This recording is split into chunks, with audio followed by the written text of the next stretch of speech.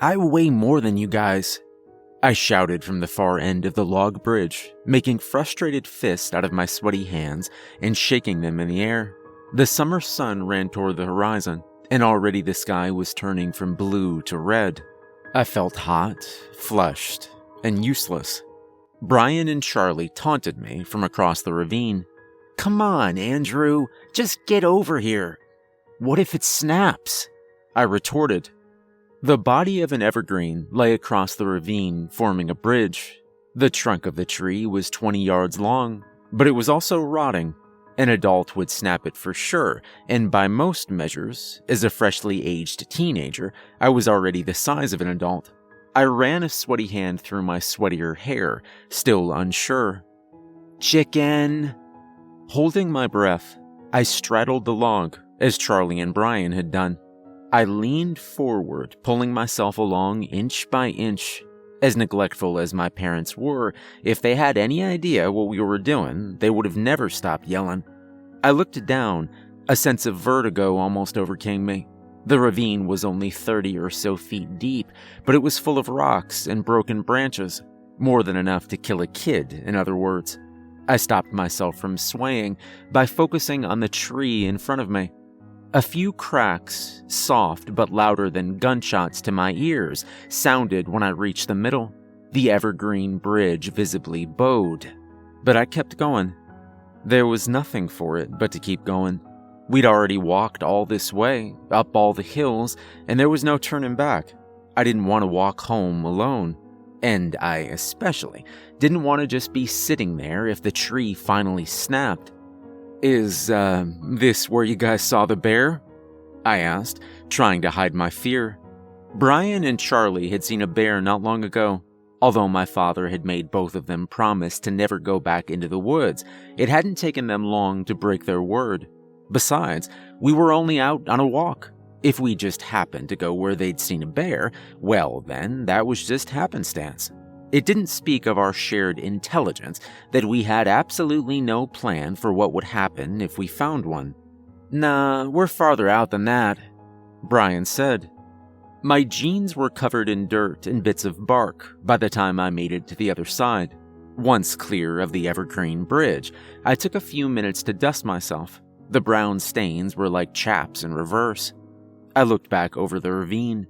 The sides were steep, but they could be climbed by a determined child. "We should climb the ravine on the way back. I don't think that tree's gonna hold much longer." I demonstrated the fragility of the tree by kicking it. The whole bridge moved. I think that, more than anything, got through to Charlie and Brian. I wondered why I hadn't thought to do that on the other side, and felt even dumber. "Yeah, we'll climb on the way back.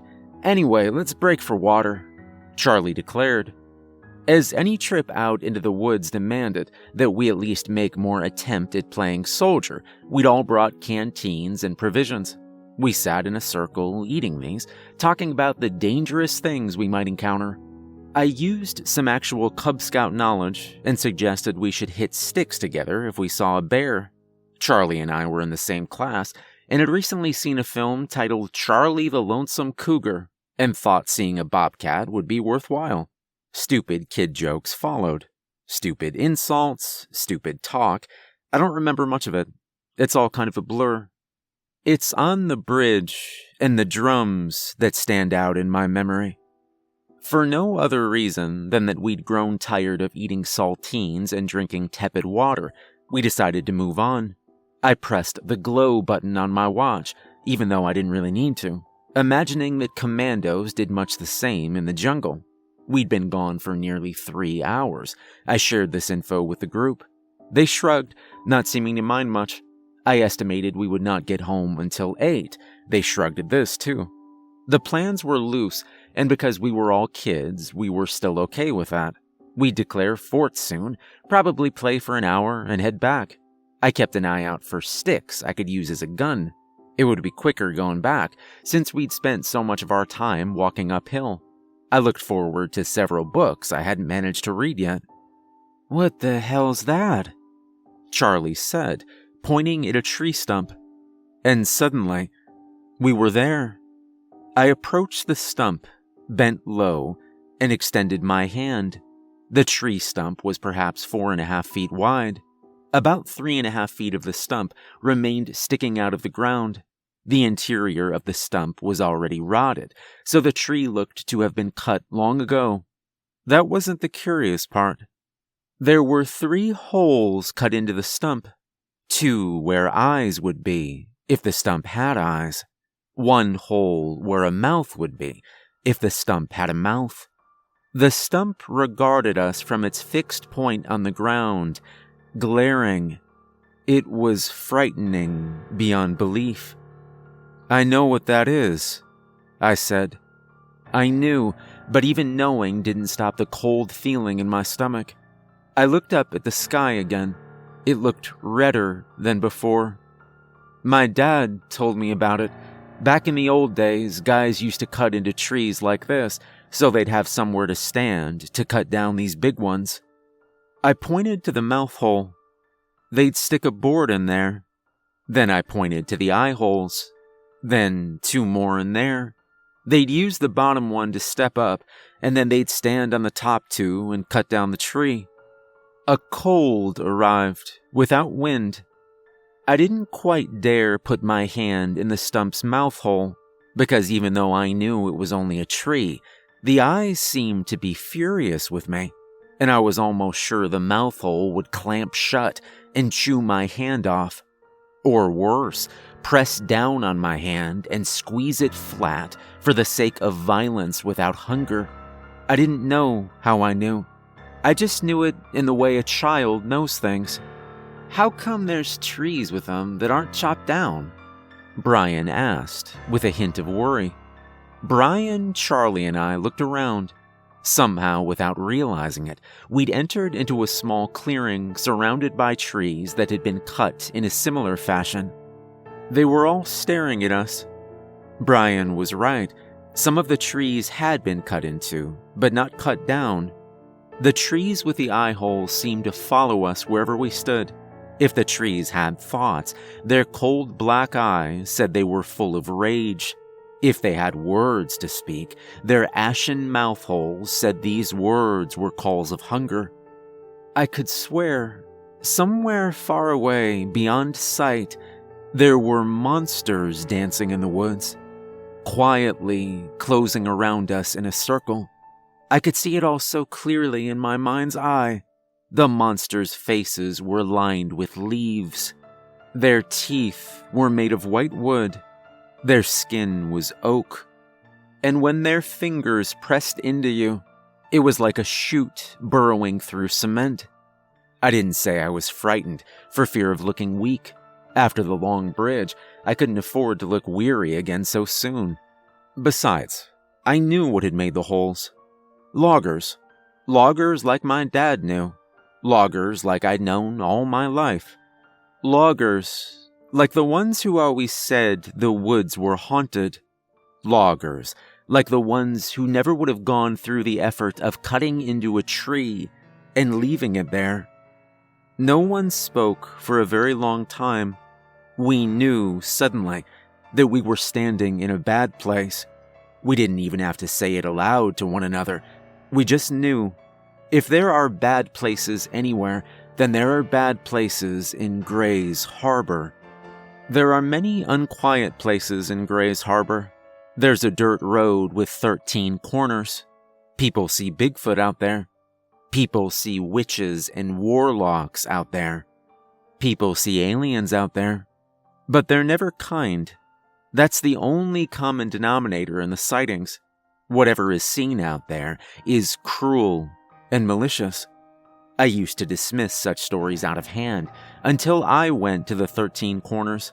I don't believe in the stories. I'm too educated for that. It's just that I don't disbelieve them either. There's something there. Maybe some kind of natural psychotropic agent. Maybe some kind of magnetic disturbance that affects perception. But there is something there. There are old graves in Fern Hill Cemetery that are unquiet. Not the founders' graves whose tombstones are already crumbling. Those are old graves, but they're not the old graves. The ones where the bodies were buried without a marker. The part of the graveyard where the rain sometimes washes up human bones, hundreds of years old. People see ghosts there. There are so many stories in Grays Harbor. One time, when he was a child, my Uncle Mike walked into an old warehouse and he swears he walked into the 1800s. He walked into a bar and met crazy old Billy Gould, the mass murderer who killed 100 men and dropped them into the ocean. And I know it's probably truer than his other stories, because he only ever told it to me once, when he was drunk, and he never told it to me again. Like I said, there are unquiet places. This place, out in the woods where only a child would go, and where a logging crew had apparently sought fit to quit in the middle of their work some time ago, was the most unquiet place I've ever been. I was shaking. Looking back, I could dismiss as childish fantasy. 3 boys walked into the woods, and they spooked themselves out. That's a very common story. All of it I could write off as delusion. Except, that's when the drums started.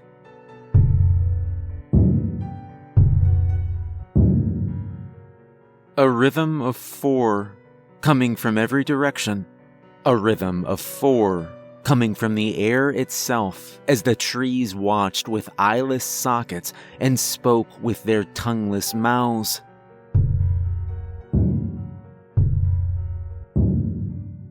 It sounded like the beating of a human heart, the heart of all the tree faces that were staring at us, or the war drum of the demons beyond sight, ready to come eat us.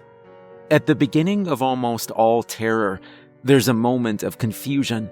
There's a turning to one's fellows, as if to say, is this really as frightening as it seems to be? And after that pause, that's when the screaming begins. Brian, Charlie, and I screamed. We needed no pause. If I never again emit a note of such pure horror, I will happily go to my grave. We cried. All of us. We were running swiftly, even me, but the drums were chasing us. The sound followed us. There are unquiet places in Grays Harbor. There are places where the night does not rest easy, where dark pushes back at day. But this place had woken up, and it was screaming. The face of Satan pressed itself against the thinness in the clearing, and the visage of his horns and his fangs was everywhere, as if seen through a sheet. I ran, panting. My asthma was acting up. Charlie and Brian were leaving me behind. They were leaving me behind, and the drums would surround me. The drums would gobble me up. Lungs tearing, wanting to fall down. My breath tore into my lungs. I would have run without any oxygen at all if it had been required. Brian and Charlie were far ahead. And behind me, I knew those eye holes glinted with wickedness. Those mouth holes flashed open and closed with longing, but that would not be the worst. The worst would come when the thing that was the drums, when that creature put its hands on me, when I looked into its eyes and saw nothing. And then I saw the ravine. I didn't bother with the evergreen bridge. Brian and Charlie were already on the other side. Surely when we were all there together, we would be safe. I jumped down the steep walls, twisted my ankle in the dirt, and rolled to the bottom, scratching myself along the way. Full of adrenaline, I sprang back to my feet. Pain was distant. I dug into the opposite wall of the ravine with my knees and fingers. Charlie and Brian leaned over the edge of the ravine, hands reaching down to grab me, their eyes fixed in the distance. They never told me if they saw anything. They wouldn't speak of it later. I only knew if they saw something and really saw it and not just thought they saw it, they'd run whether or not I was with them. I climbed the embankment as though swimming upwards through a river of dirt. My fingernails filled with soil tore and bled. I kept digging. 2 pairs of hands then grabbed me and dragged me to the bank. They were quieter now, farther away, sleeping again. We hobbled away as fast as my ankle would allow, still sparing glances behind us. "You heard that, right?" Charlie asked. "What was it?" I asked, wiping tears away with the back of my dirt-covered hand. "I don't know, but we all... I mean, it was real. We all heard it, right? It wasn't just our imagination." We were home inside half an hour, even with my twisted ankle. I knew I wouldn't be able to walk the next day, but I didn't regret that at all.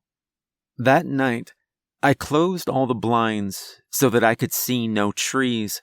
I turned on all the lights, and I didn't sleep at all. What were the drums? Where had the sounds come from? Was there really something chasing me? Later, I would speak with others who had heard the drums. We spoke of it as if it was funny, except we didn't laugh. And we all knew how afraid we really were.